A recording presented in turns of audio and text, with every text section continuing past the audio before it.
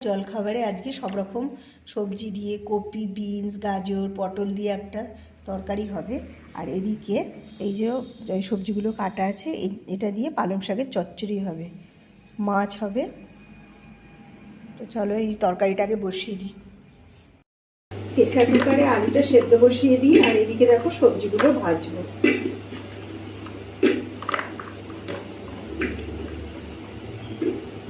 কড়াইতে এবার তেল গরম করে এবার সবজিগুলো ভাজতে দিয়ে দিই।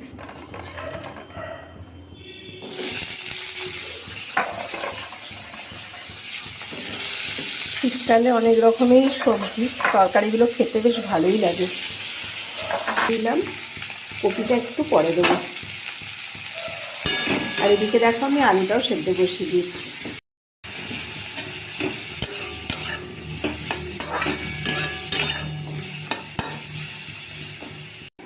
দেখো সবজিগুলো ভাজার পর এদিকে দেখলাম আলুটাও সেদ্ধ হয়ে গেছে। তো তারপর আমি প্রেসার থেকে আলুটাও বের করে নিলাম। এবার তরকারিটা আমি বসাবো, কিন্তু তার আগে আমি ওর ডালের সঙ্গে বেগুন ভাজা খাবে, সেই বেগুন ভাজাটা ভাজবো আর রুটিটাও করে নেবো, তারপর তরকারিটা আমি বসাবো। তো দেখো আমাকে ওর মতোই বেগুন ভাজা দিয়েছিল, তো একটাই বেগুন ভাজা দিয়েছিল, মেয়ে খাবে না, তো ওর মতোই বেগুনটা ভেজে দিলাম। আর তারপর আমি তরকারিটা বসিয়ে দিলাম, যেমন শুকনো লঙ্কা 5 ফোড়ন দিয়ে রেগুলারে তরকারি করি ঠিক সেইভাবেই করেছিলাম। আর এই সবজি দিয়ে তরকারিগুলো খুব সিম্পল, এইভাবে করলেই কিন্তু বেশ ভালোই লাগে।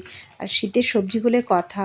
আর দেখো টমেটো আমি নিয়ে নিয়েছিলাম, তো টমেটোগুলো খুব কেটে এবার এই শুকনো লঙ্কার 5 ফোড়নের মধ্যে টমেটোটাও দিয়ে দিলাম, আর তার মধ্যে দিলাম সামান্য নুন, আর দিলাম এর মধ্যে একটু হলুদ গুঁড়ো।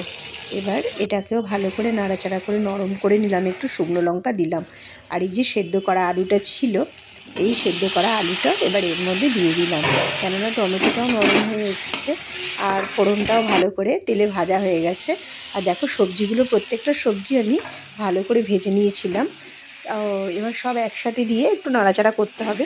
সবজিগুলো নরমও হয়ে গেছে ভাজতে ভাজতে, আর লাস্টে একটু চিনি দিয়েছিলাম। এবার আমি আটাটাও মেখে নিলাম, কেননা রুটিটা দিন সেখানে চাটু বসিয়ে দিয়েছি।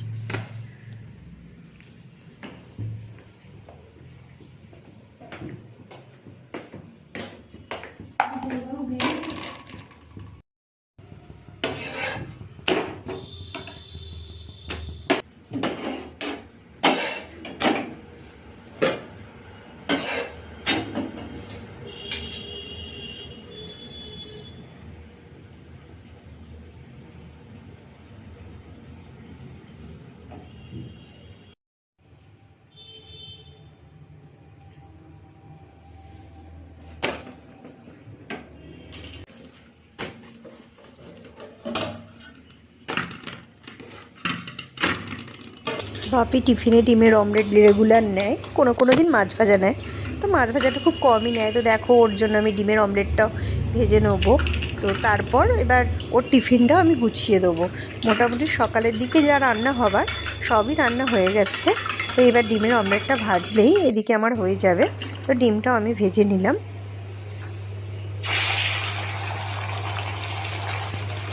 ডিমের অমলেটটা ভেজে তারপর আমি ওর টিফিনটাও গুছিয়ে দিলাম, কেননা এরপরও খেতে আসবে, ওকে খেতে দিতে হবে।